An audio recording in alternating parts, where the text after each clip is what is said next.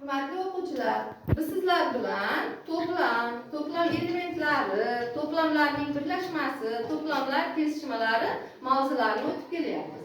Bugungi mavzuimiz masalalar yechish mavzusida 3-misol aynan to'plamlar mavzusiga taalluqli.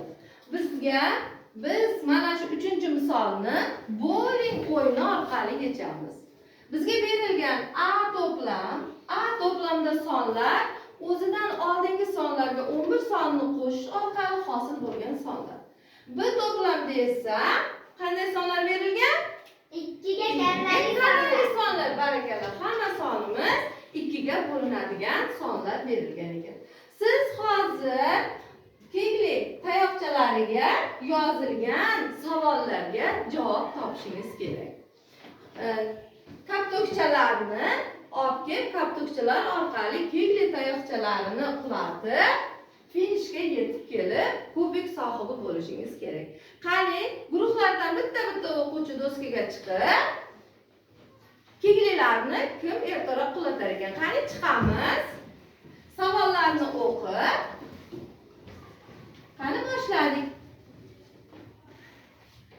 A to'plamdagi sonlar hamda B to'plamdagi sonlarni solishtirib topshiriqni bajarishimiz kerak. Barakalla.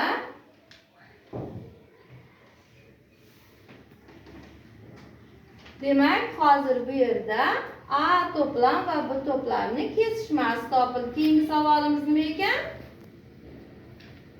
Nima ekan savolimiz? A B to'plamlarning barchasi. Barakalla. Ikkala to'plamga kirgan barcha sonlarni topishimiz kerak. Yaxshilab shoshilmay.